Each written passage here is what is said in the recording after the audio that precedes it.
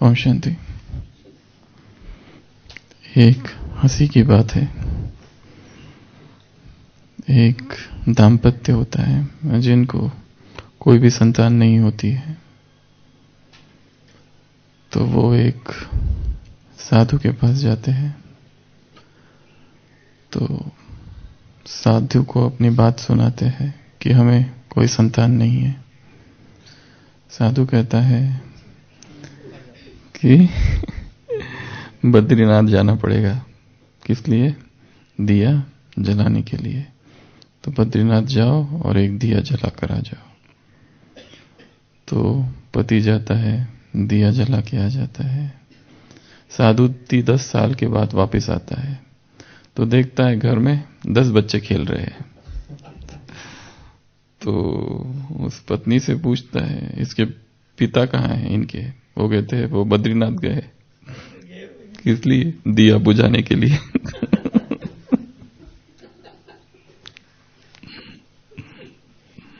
तो संसार में जब विस्फोट होता है जनसंख्या का, तब भगवान को दिया बुझाने आना पड़ता है। तो बाप क्या करने आए हैं आज? फैमिली प्लानिंग करने आए हैं। गीता है फैमिली प्लानिंग का शास्त्र। ऐसी बात शायद ही आज तक कहीं आई होगी या किसी धर्म शास्त्र के बारे में किसी ने कही होगी। गीता कौन सा शास्त्र है? अभी तक कहा धर्म शास्त्र है, अभी तक कहा था ज्ञान शास्त्र है, अभी तक कहा था मनुष्य के जीवन को उन्नत ऊंचा बनाने वाला इथिकल शास्त्र है, नैतिक शास्त्र है। परंतु फैमिली प्लानिंग का शास्त्र है, ये तो भगवान ही कह सकता है। ऐसा ऑर्डिनेंस एक बाबा ही निकाल सकता है और कोई नहीं निकाल सकता। जिस काम विकार को आज की साकार मुरली तुम अपना मित्र समझते हो, वो तुम्हारा वास्तव में सबसे बड़ा दुश्मन है। इसके लिए बाप ऑर्डिनेंस निकालते हैं, काम महाशत्रु है। काम सबसे बड़ा कांटा है, काम सबसे बड़ी जंग है, काम सबसे बड़ा विकार है, काम सबसे बड़ी मुसीबत, सबसे बड़ा विकार, सबसे बड़ा शत्रु, सबसे भारी पाप, सबसे बड़ा विकर्म, आत्मा को सबसे बड़ी चोट, सबसे बड़ा कांटा। कितनी सारी बातें कही हुई है।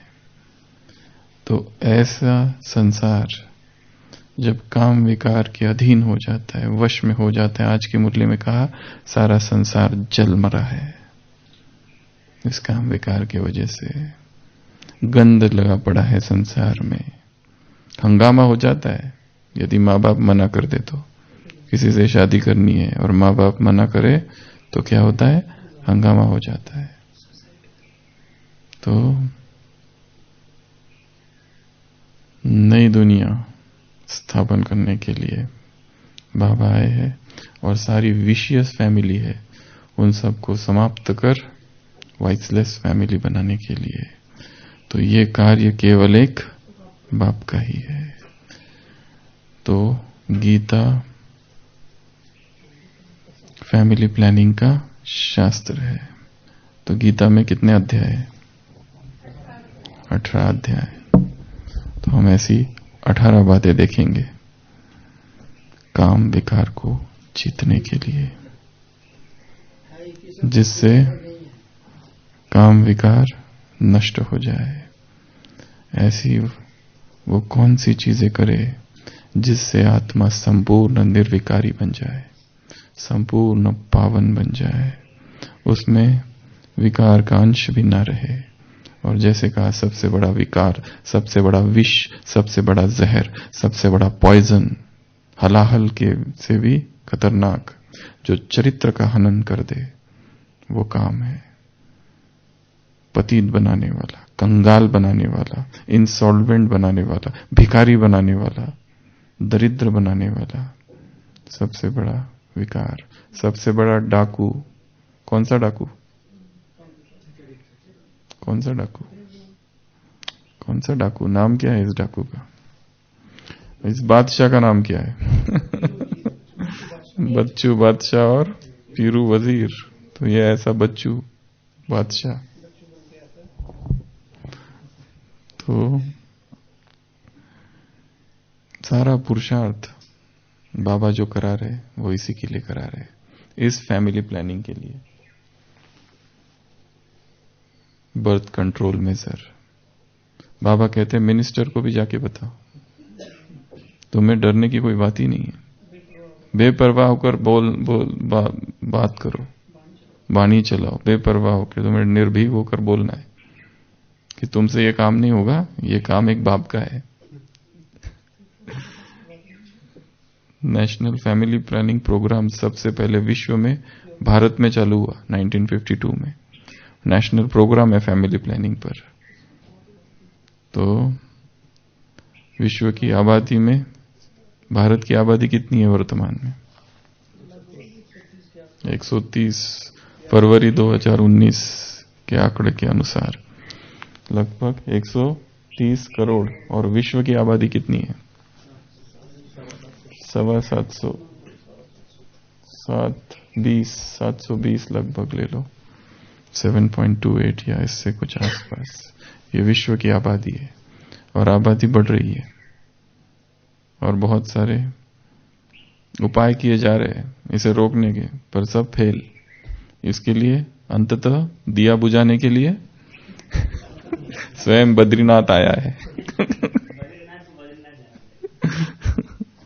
बद्रीनाथ को स्वयं आना पड़ा। तो गीता में 18 अध्याय है। तो काम महाशत्रु को यदि जीतना है, चाहे संसार की आत्माएं चाहे ब्राह्मण आत्माएं, कुछ तो करना पड़ेगा।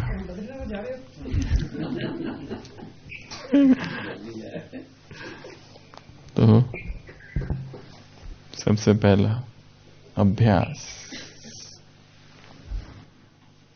काम परछाई की तरह है, उससे लड़ा नहीं जा सकता, उसे परास्त भी नहीं किया जा सकता है। जितना लड़ोगे और जितना परास्त करने की कोशिश करोगे वो और शक्तिशाली होता जाएगा। विधि है, परछाई को समाप्त करना है तो दिए को लाओ, प्रकाश को लाओ। वो परछाई, वो शैडो, वो छाया स्वतः ही समाप्त हो जाएगी। और संसार के सब लोग युद्ध कर रहे हैं जो अध्यात्मवादी है। तो सबसे पहला अभ्यास है आत्म अभिमानी बनने का और आत्मिक दृष्टि का, सोल कॉन्शियसनेस और सोल कॉन्शियस विजन। आज की मुरली में भी है, मंजिल बहुत ऊंची है, परंतु क्या करो भाई भाई देखो, बस यही विधि है। 2-3 दिन पहले मुरली में था, बहन का भी भान ना रहे, मैं बहन हूं इस भान से भी परे चले जाओ, मैं पुरुष हूं, मैं स्त्री हूं, इस भान से चले जाओ ऊपर। ये देखना ये स्त्री है, ये पुरुष है, रंग देखना, रूप देखना, सब माया है, फंसाती है आत्मा को। इसके लिए एकमात्र अभ्यास है काम चीत बनने का, या संपूर्ण पवित्रता का, या स्वयं को पवित्र बनाने का, आत्मा के शुद्धिकरण का, आत्मा को परिष्कृत करने का। सबसे पहला अभ्यास कौन सा है? आत्मिक दृष्टि का अभ्यास, आत्मिक स्वरूप का अभ्यास और आत्मिक दृष्टि का अभ्यास। इसलिए जितना हो सके शरीर से डिटैच रहने का अभ्यास करना है। लंबा लंबा समय तक परम धाम में बिताना है, लंबा लंबा समय फरिश्ता स्थिति में बिताना, लंबा लंबा समय सूक्ष्म वतन में बिताना, लंबा लंबा समय अपने श्रेष्ठ ब्राह्मण स्वरूप में बिताना। मैं कौन सी ब्राह्मण आत्मा हूं, कितनी महान आत्मा हूं, वो हर चीज हमको जो देहभान से ऊपर रखती है, फरिश्ता स्थिति है। हर वो चीज जो हमको शरीर के भान से ऊपर रखती है, वो फरिश्ता स्थिति है।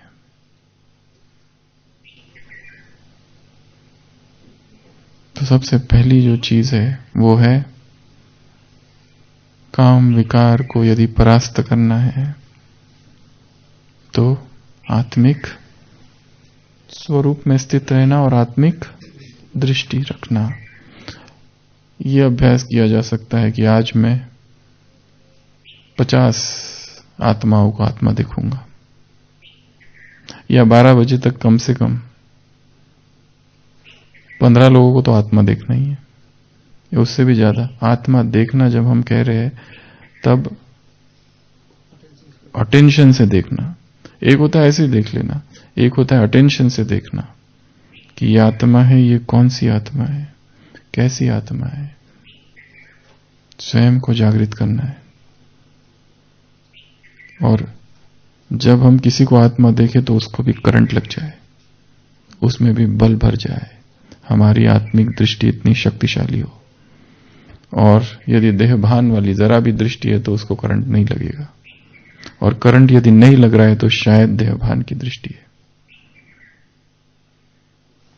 तो सबसे पहला अभ्यास है ध्यास। दूसरा बी फॉर बाबाज रिमेम्बरेंस, बाबा की याद। जब तक योग शक्तिशाली नहीं, काम को जीता ही नहीं जा सकता है।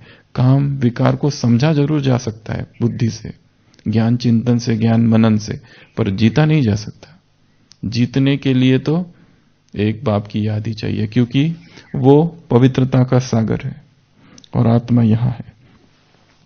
ऐसा कनेक्ट कर देना है स्वयं को उससे कि उसकी सारी पवित्रता मुझ में आ रही है, उसकी संपूर्ण पवित्रता मुझ आत्मा में समा रही है। मैं उस पवित्रता के सागर में डूब रही हूं, वो सागर है, ये ऐसा सागर। और देखना स्वयं को डूबते हुए नीचे नीचे नीचे नीचे जा रही हूं, और वो सारी पवित्रता उसकी मुझ में समाहित हो रही है, मेरे अंदर समा रही है। और आत्मा के जितने विकार, विकर्म, पाप, संस्कार, तृष्णाएं, इच्छाएं, विकार की, देहभान की, सब नष्ट हो रही है। ऐसा अभ्यास करना है। पावरफुल योग। लक्ष्य रखना है हमारा योग का चार्ट बैठा हुआ, कम से कम 2 घंटा बैठकर, या फिर धीरे धीरे अभ्यास कर कर उसको 4 घंटे तक ले जाना है बैठकर। चलते फिरते वो अपना अलग, परंतु बैठा हुआ योग का चार्ट अधिक हो तो ही काम को जीता जा सकता है। नहीं तो काम स्वप्न में आएगा, संकल्पों में प्रवेश करेगा, इच्छाओं में जागृत होगा, और उसका रूप बड़ा सूक्ष्म होगा जो हम समझ ही नहीं पाएंगे कि यही काम था।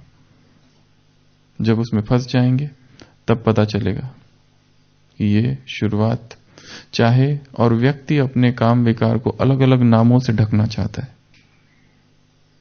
क्योंकि कौन स्वीकार नहीं करता कि ये काम विकार है। अपने अंदर में उठ रही काम की वासना को वो अलग अलग नामों से ढकता है, जैसे मैत्री, जैसे सेवा, जैसे आध्यात्मिक मैत्री, जैसे सहयोग, जैसे अच्छा लगता है इस आत्मा के साथ सेवा करना, जैसे हमारी बहुत अच्छी बनती है दोनों की, इसलिए हम साथ साथ सेवा करते हैं। या फिर हम दोनों जब साथ रहते हैं तो बाबा बहुत मदद करता है।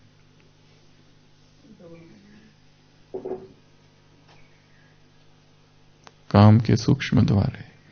हर व्यक्ति अपनी काम वासना को नए नए रूपों से, नए नए कपड़ों से ढकता है।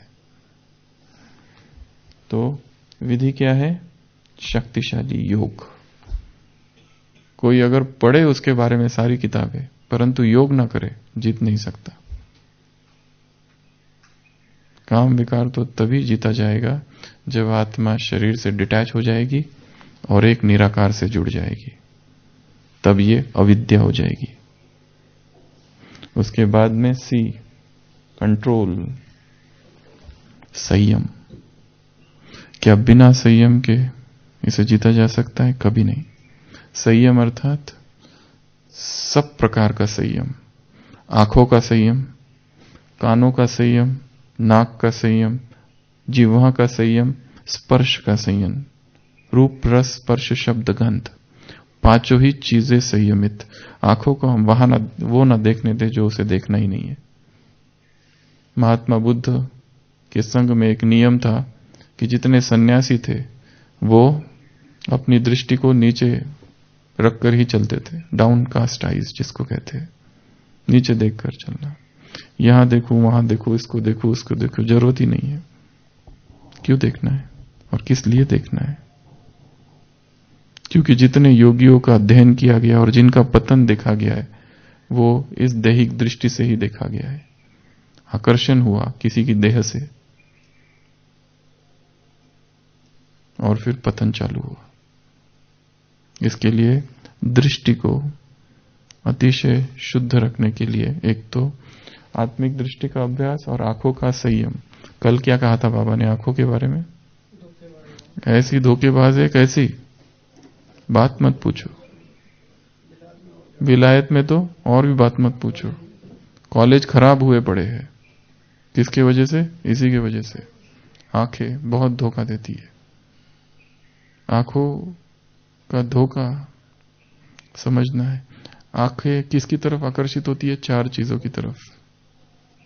एक तो रूप,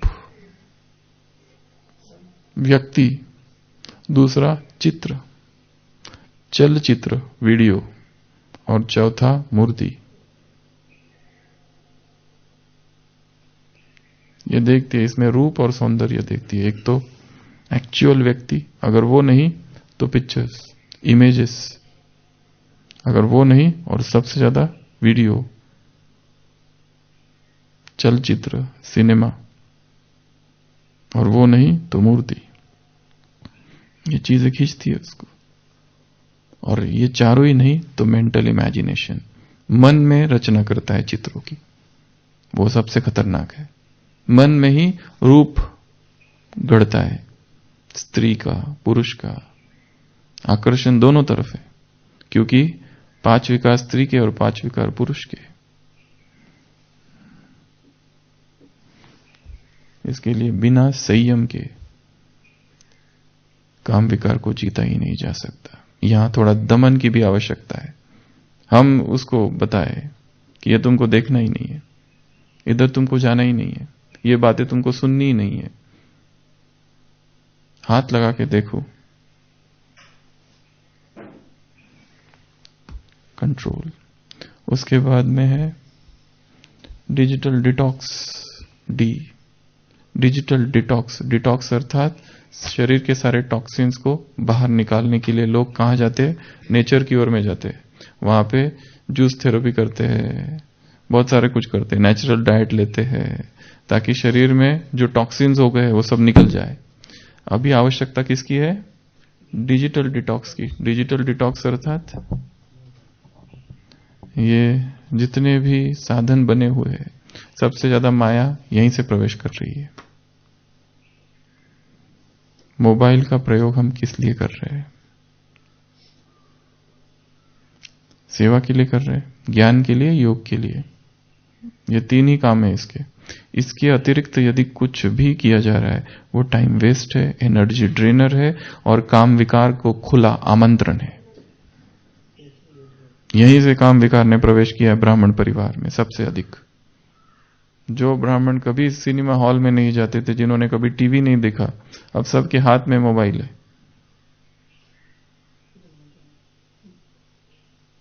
और सहज है सब कुछ। इसके लिए विकारों की प्रवेशता भी यहीं से है। परंतु विकारों की प्रवेशता का द्वार मोबाइल से भी ज्यादा मन का आकर्षण है। जिसका मन मजबूत है और मन में वैराग है इन चीजों के लिए, वो वहां जाएगा ही नहीं। इंटरनेट का प्रयोग किस लिए किया जा रहा है? यूट्यूब का प्रयोग किस लिए किया जा रहा है? बिना लक्ष्य के इंटरनेट पर जाना ही नहीं है। इंटरनेट पे जाना अर्थात एक लक्ष्य के साथ जाना है कि मुझे ये ढूंढना है, ढूंढ के वापस आ जाओ। कुछ देखना है उतना ढूंढने गए, देखा और वापस आ गए, बस।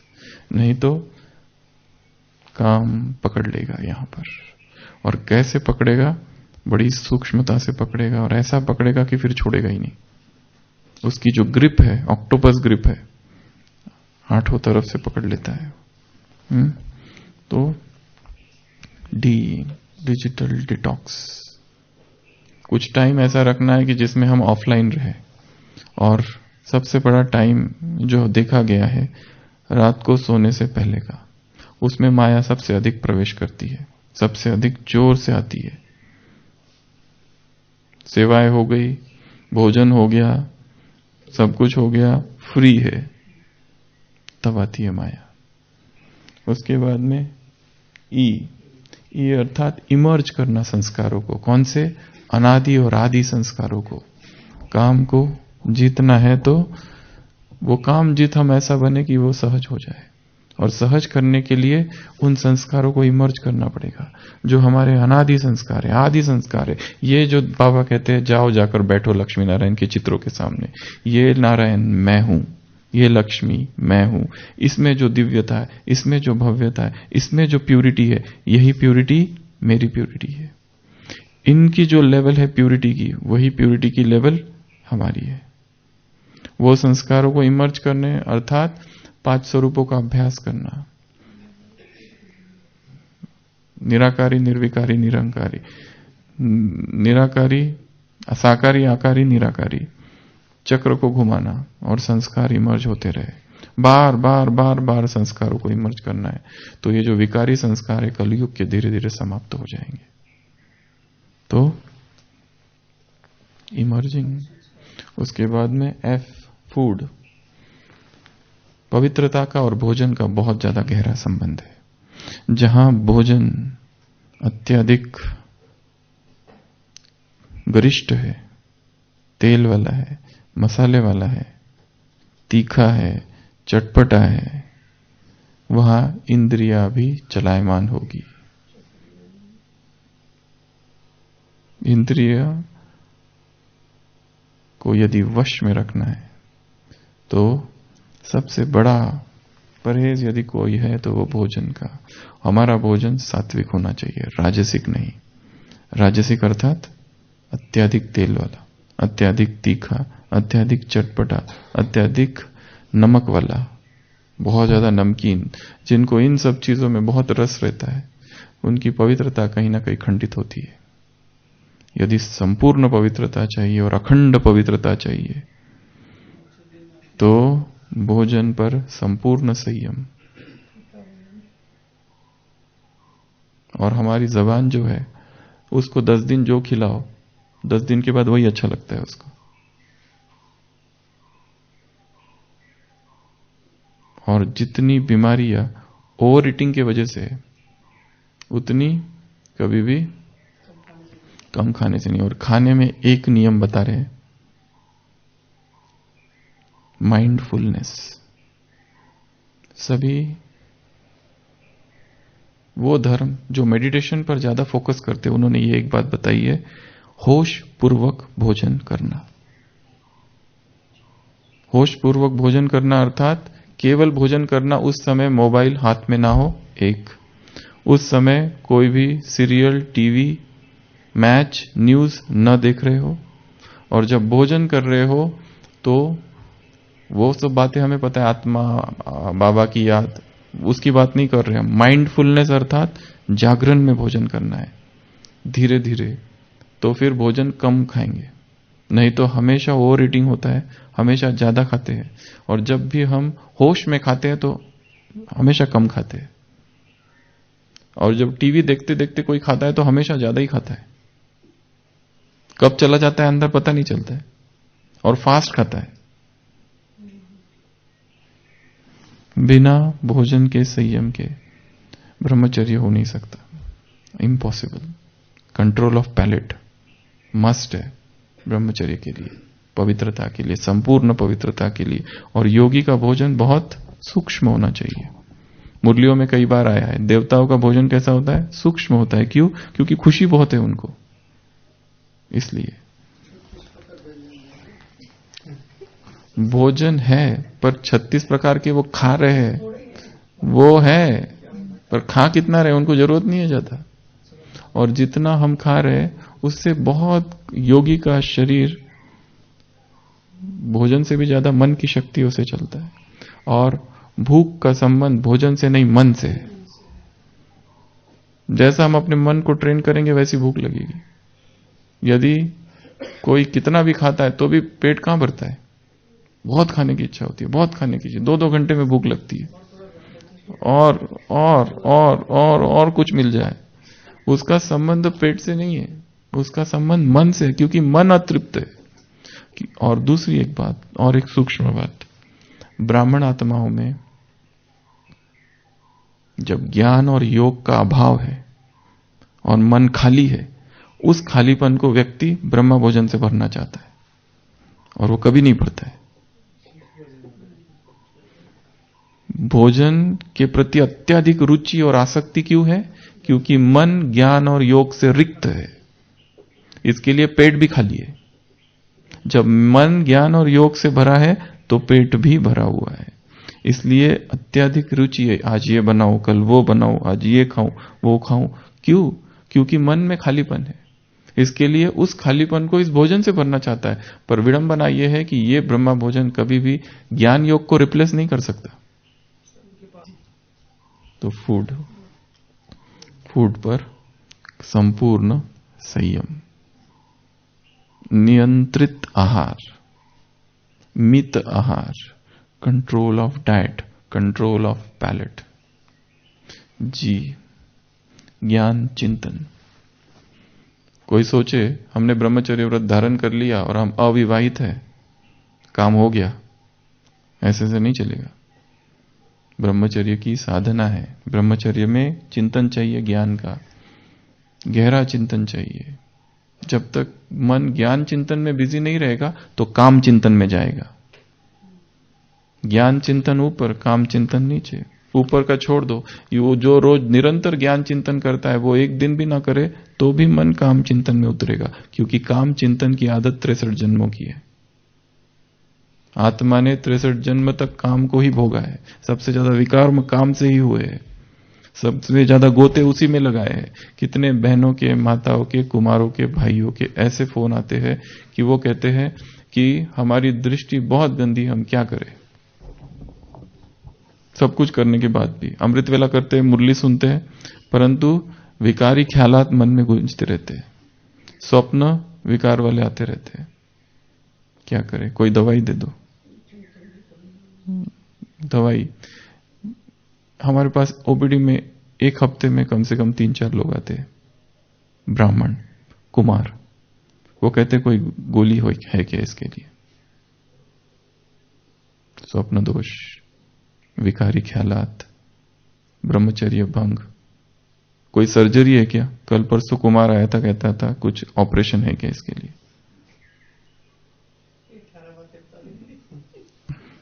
ज्ञान चिंतन, ज्ञान का चिंतन ही नहीं है तो बुद्धि कहां जाएगी? वहीं जाएगी संसार में। बुद्धि को एंगेज कर दो, बिजी कर दो, एक उसको काम दे दो, तो कहां जाएगी? जाएगी नहीं। लक्ष्य है, आज की मुरली है साकार मुरली, उसमें से आपको इतने टॉपिक्स निकालने और इस टॉपिक पर चिंतन करना है। अब बुद्धि जाएगी कहां? और नेचुरली बिजी रहेगी।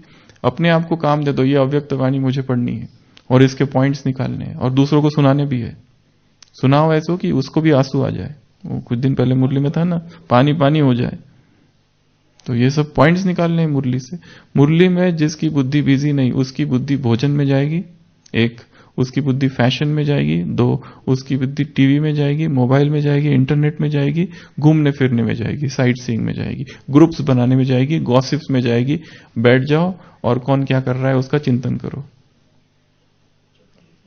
सुनहरी टोली जानकी दादी कहती थी, बैठो और चिंतन करो। तो जी, उसके बाद में H, होली कंपनी अर्थात सत्संग।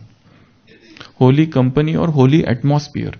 यदि अपवित्रता के संकल्प बहुत आ रहे हैं, घेर रही है, पागल कर रही है, विक्षिप्त कर रही है मन को, तुरंत वहां से हट जाओ, किसी पवित्र स्थान पर चले जाओ, होली सत्संग में चले जाओ। तो होली कंपनी एंड एटमॉस्फेयर दोनों आवश्यक है। और जरूरी नहीं है हर बार व्यक्ति मधुबन आ सके, हर बार सेंटर भी जा सके, कहीं पर भी जा सकते, किसी मंदिर में जाके बैठ जाओ, वहां का भी वायुमंडल पवित्र है। छत पर चले जाओ, निसर्ग में चले जाओ, प्राकृतिक सौंदर्य का आनंद लो, वहां से मन हट जाएगा। नहीं तो विकार के जो वासनात्मक विचार जो होते हैं, एक बार पकड़ लिया कि जब तक उसकी पूर्ति नहीं होती है वो रुकते नहीं है, उसका एक स्वभाव है। वासना एक बार आत्मा को पकड़ती है, जब तक वो उसके एंड पॉइंट तक नहीं ले जाता आत्मा उसको, तब तक बेचैनी रहती है। एंड पॉइंट हो गया, उसके बाद में टेंशन रिलीव होता है थोड़े समय के लिए और फिर से चालू होता है। इसको कहते हैं सेक्सुअल टेंशन, साइकोलॉजी का टर्म है। वो बेचैनी बनी रहती है, जब तक रिलीज ना हो जाए तब तक के लिए, और तब तक बेचैनी रहती है, और उसके कुछ थोड़े देर के लिए ठीक रहता है, फिर से इच्छा जागृत होती है। व्यक्ति बदलते रहेंगे, व्यक्ति ऑब्जेक्ट बन जाता है काम वासना में, वो व्यक्ति नहीं रहता है जिसके विचार है, जिसके प्रति सम्मान रखना है। व्यक्ति जो है वो वस्तु बन जाता है काम वासना में, साधन बन जाता है उपभोग का। इसके लिए सबसे ज्यादा कॉन्फ्लिक्ट रिलेशनशिप में जो हुए व्यक्तियों के बीच, वो इस काम विकार की वजह से हुए। तो होली कंपनी, सत्संग सबसे बड़ा संघ है, सत का संघ सबसे बड़ा संघ है, मधुबन सबसे बड़ा संघ है, ब्राह्मण परिवार सबसे बड़ा संघ है, सेंटर, भट्टी, वायुमंडल, किताबें, सब कुछ आ जाएगा इसमें। तो अभी टाइम हो रहा है तो आधा कर लेंगे, कल तो किसको दिया है? हाँ, तो कितने हो गए ये? 8। तो ये 18 अध्याय है गीता के, क्योंकि गीता क्या है, कौन सा शास्त्र है? फैमिली प्लानिंग का शास्त्र है। तो इस काम को समझना है गहराई से, और जीतना है उसको ऐसे, इतना सहजता से कि वो हमारे पास कभी आए ही ना, क्योंकि सारा संसार उसी में डूबा हुआ है। भगवानु वाचे है ये। इसके लिए स्वयं को संपूर्ण निर्विकारी बनाना है, स्वप्न में भी वो खंडन ना हो, ऐसी पवित्रता। ओम शांति।